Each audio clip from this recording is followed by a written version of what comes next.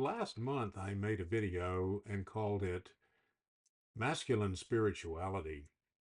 And today, I want to talk to you more about not so much the qualities that adult men might keep in mind when they're embarking on revising or broadening their spirituality, but I want to raise a question that's quite different, and that is, well, how do young men, growing boys, make decisions about spiritual matters? What were we like when we were young? So, how do boys respond to the spiritual and why? And I know that's a very broad question, and it probably means that I'm very much in danger of making a whole lot of generalizations and oversimplifications that won't hold up. Because, for one thing, what boys are we talking about? And what culture or cultures are they? And there are a number of factors about boys that shape our response to that question. So I'm choosing an alternative route, and that's to talk to you what I usually do talk about, which is what about my experience? So, what about my experience? Well, in many ways, I'm certainly not going to tell you that what I experienced as a boy is typical, because in many ways, my experience as a boy and as a man have been quite atypical. Um, and I understand that through no choice of their own, many boys are very much exposed to spiritual things that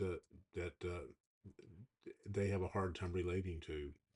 Well, I've also talked to a whole lot of men who have told me a great many things about what their experiences were when they grew up as boys.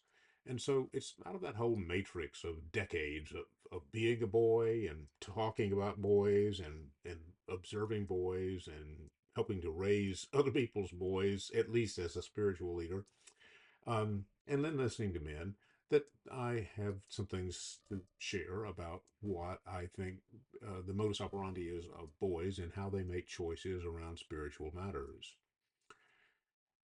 Well, when I was developing the first website for Jonathan Circle 10 years ago, I had a section on that website that was about what maleness was and what masculinity was. And what I was trying to do is to say Jonathan Circle is about being a man, being a whole man, but it doesn't mean necessarily being a man the way society has traditionally defined that or imagined what masculinity and maleness are. Well, I had a friend who gave me a young guy who gave me some feedback, and he said, well, okay, so what about rambunctiousness? Well, and he named some other things as well. That word really hooked me. And I thought, he's on something.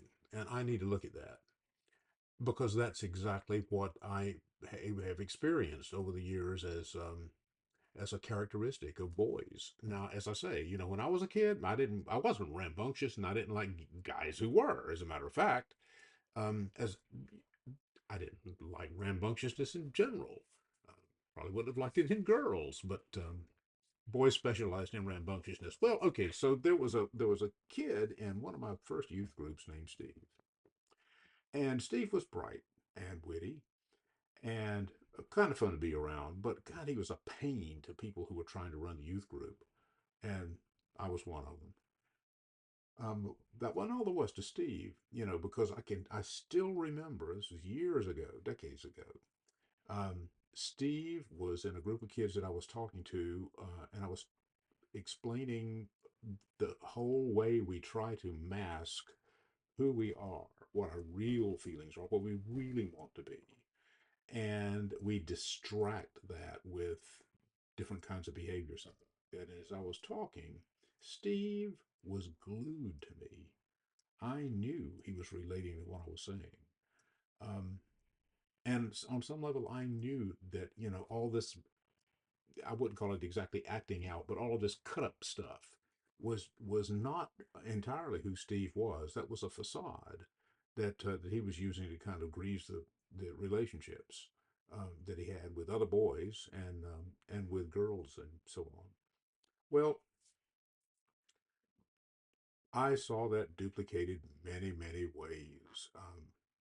But Steve is one of those boys that that got the full dose of what it meant to be a male. See, what boys do is that they observe and copy what they believe that adult males do and what adult males tell them that they need to do. And that is a long list, which, if you're a male, you really recognize this. First place, be strong. Second place, win. Don't be a quitter. Don't play like a girl. Don't throw like a girl. And don't cry.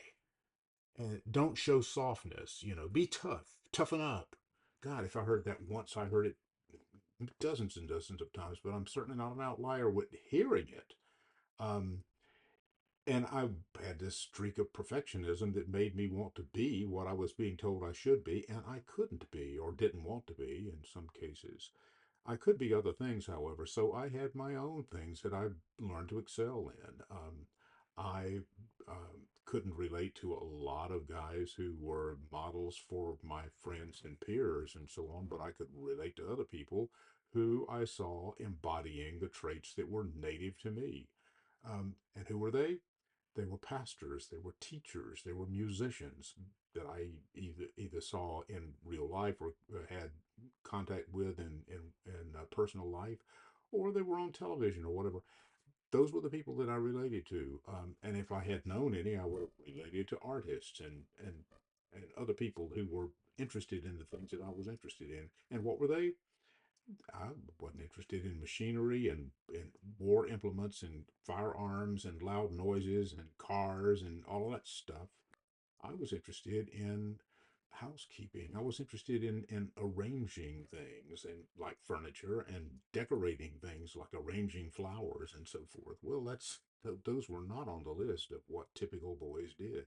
And so I always felt like, well, I'm not going to make it as that. But I began to experience that when I was playing the piano or when I was speaking, I got recognition for that. And who was recognizing me that I was paying attention to? Well, lots of women, but the men. When the men, my father's peers and people older than he, would congratulate me or say, "Son, you're really fine. You're good. You're doing I love the way you do this and that." The way you play the piano or the way you have a presence of whatever. Boy, did I lap that up. And I remember one time Daddy invited me to accompany him on a men's retreat. It was a not a well, it was a church gathering, but it was not just people that I knew. It was people from a broader base than that.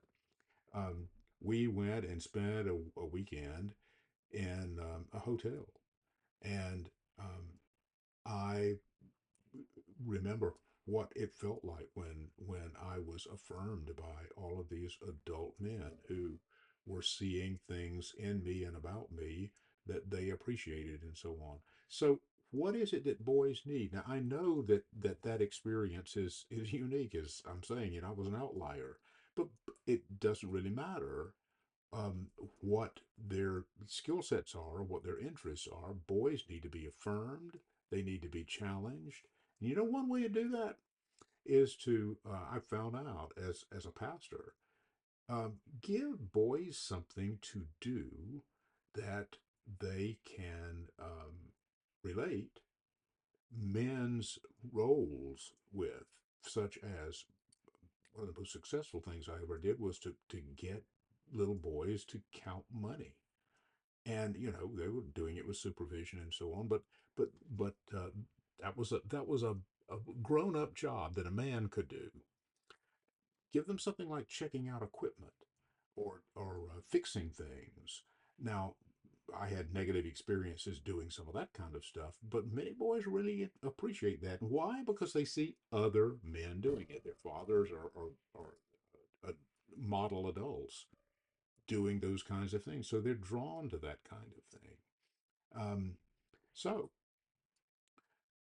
boys need to be affirmed, they need to be challenged, they need to be trusted, they need to have opportunities to exercise what they believe that to be an adult man really requires.